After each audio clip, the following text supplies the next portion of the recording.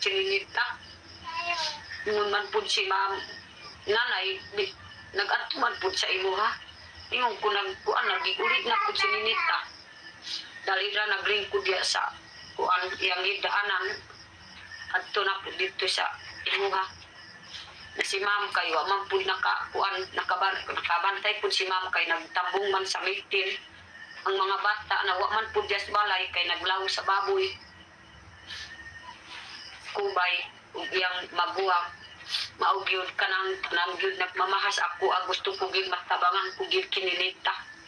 Ug mga tanan gyud mga pulis kung unsay pud maluig ako Naihud gyud silinita kung musakay sa bus, mga pulis ug unsa pa gyud mga Bisaya dito sa Davao, sa Bukidnon, kamo na lang maluipod sa ako Kundi ko gyud makita kung anak kahigog ko gyud. Wa ko gyud na unsa gyud sininita, nganuman wa ko gyud pasakit gyud sininita. Nganuman gyud naglakaw. Apit nag-alas 8 wa gyud sininita. Mao gyud nagpatabang ko gyud si biyahero sa imuha. Si tago dito sa kuan sa Panlinan sa Lumundaw. Nganuman gyud si biyahero na imong nakita na dito na Subunon sa kuan sa pato sa Malamba, layo na kaayo na lugar. Kaya sa ako naman na. Salamat kay dito niya medyo. Sige pag kuan. Sige na kay. Sir, salamat kay sir. Oo, salamat po siya. Balitaan na kami kung Oo, dumating. sir. Pagdating dito, itali na na. Itali na sininita ba? Ang bata wala na. Salamat kayo ninyo. Sige sir, salamat sir. Sige na. Oo, sapak. Pupunta na tayo ng Cagayan de Oro para mapuntahan po si Ninita. Kahit matigas sa ulo niya.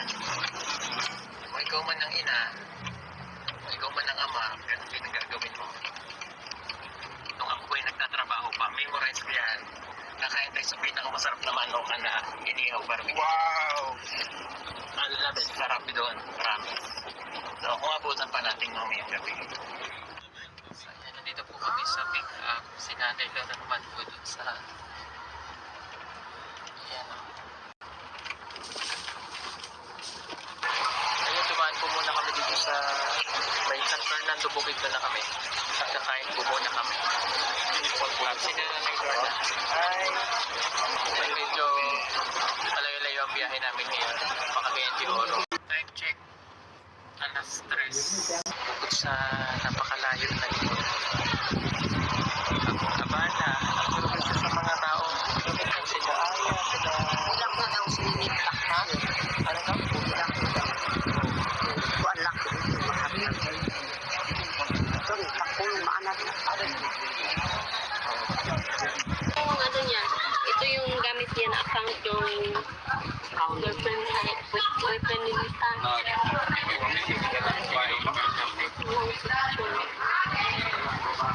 Pero ito yung nakipag-ano sa akin ngayon, nakipagkita para dalhin daw niya ako doon kay Mitch. Under police station Carmen, base 4. Di naman nasa Darling Ginaw. Pag napag may pasyan, sir, kamuas nyo sa inyo, kaya dito ito mga jurisdiction sa yan din ito. Ano na Carmen sir? Di na dapat, pag-awas nyo ng highway. Ay, pulit yan. Yung CEO, Carmen naman nila. Alam sir? Alam ba? Di siguro sir, kabalon yung sa protocol, sir. Okay. At pagkatapos nga namin makausap ang barangay ay kailangan daw namin munang magtungo sa police station. Ngayon nandito pa kami sa PNP, sa police kasi nagpa-blatter pa. Naantay natin yung blatter dahil magkapasama tayo sa SWD. Sila na pupunta na. Naiwan ko lang kung makuha pa rin natin si Ninita ngayong gabi or bukas. Kaya pa naman kung kahit pagod na kami lahat. Medyo ano na yung aking katawan. Pagod sa biyahe. Grabe talaga. Yan, kailangan natin ito gawin. Kawawa naman yung bata. Kahit paano, kawawa pa rin siya. Sabing matapos. Then, tingnan natin kung ano. Si Peter Paul, okay na lang dahil.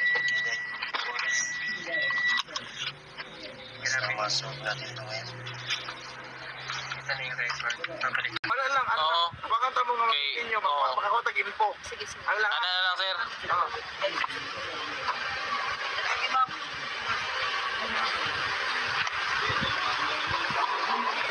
Hindi lang, kailangan ako sa Oo.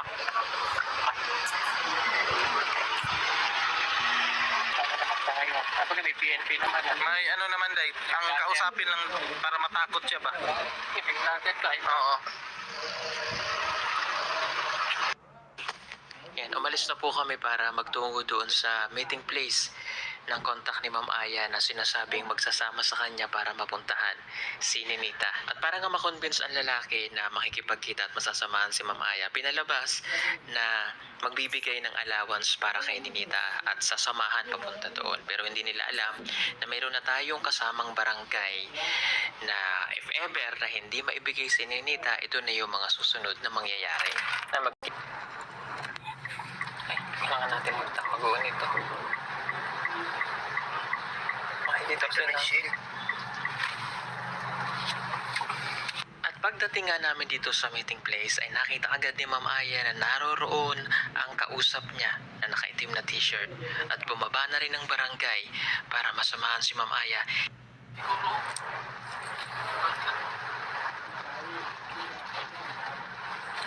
Tago lang si Nanay Lorna. Lakas ka tayo doon. Ang isang mic lagi mong hawak.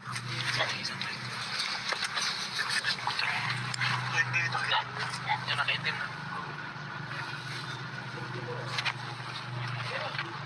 Ayun na, ayun. Ayun, baba. Ayun, baba.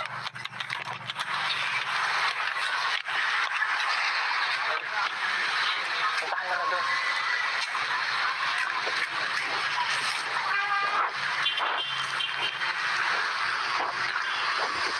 At nang makonfirm nga namin na siya na yung lalaki na sinasabing magsasama ay napatakbo na rin kami sa pagsunod.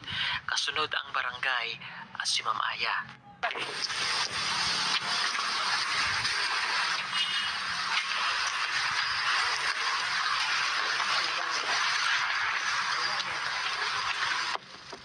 Dapat tinawag ko si Paul. So ito po yung batang lalaki yung naka-black.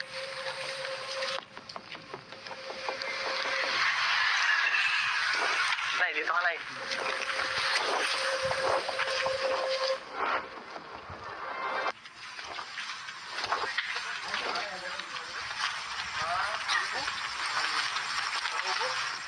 Years. Tagal. Grabe. 6 years.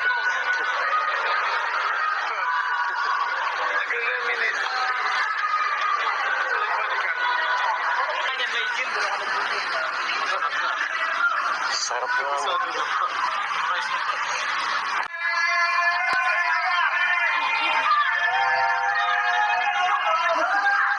Kuya daw si Kuya. Kilala ka na eh.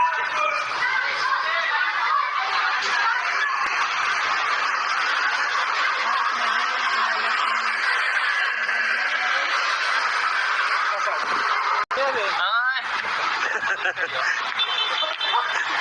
Pinagdaan mo sa akin.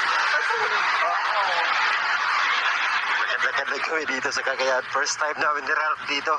At saka ni Kuis. Ang pharmacy. Why?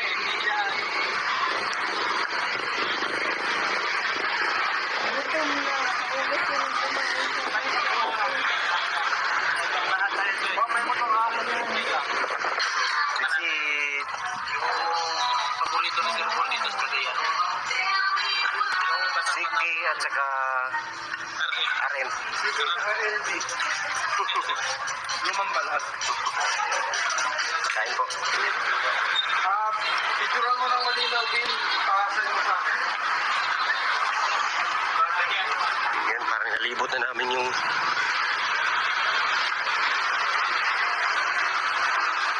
ayan po ay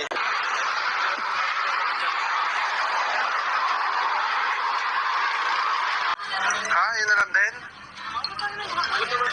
Ha? Okay, papa. Ay, may gumawa na, may kinuha na siya doon.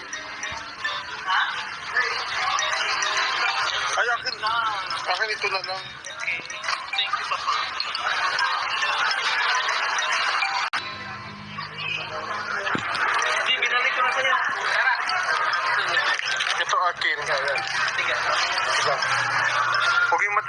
dapat yung smooth lang. Gusto ko matigas. Hindi na kailangan. Mawaro. Walang tissue.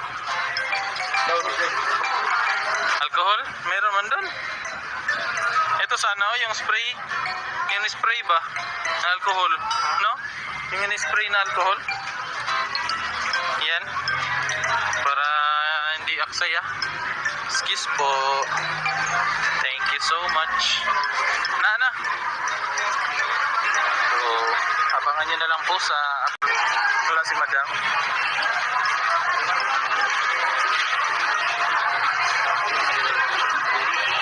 So, eto mga kababayan, may nabili na kaming mga sabon, tsaka shampoo na magagamit namin.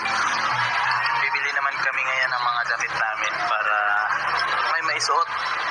Kasi biglaan po talaga kung itong ano natin ngayon, itong mission natin dito sa Cagayan, bigla. Meron ka na? Ang ganda nito, cargo. Cargo de Consensya.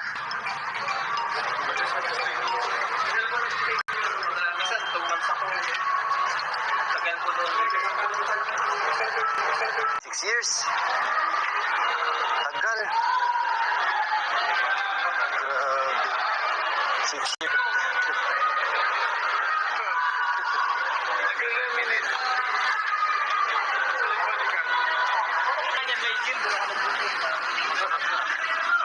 Sarap nga.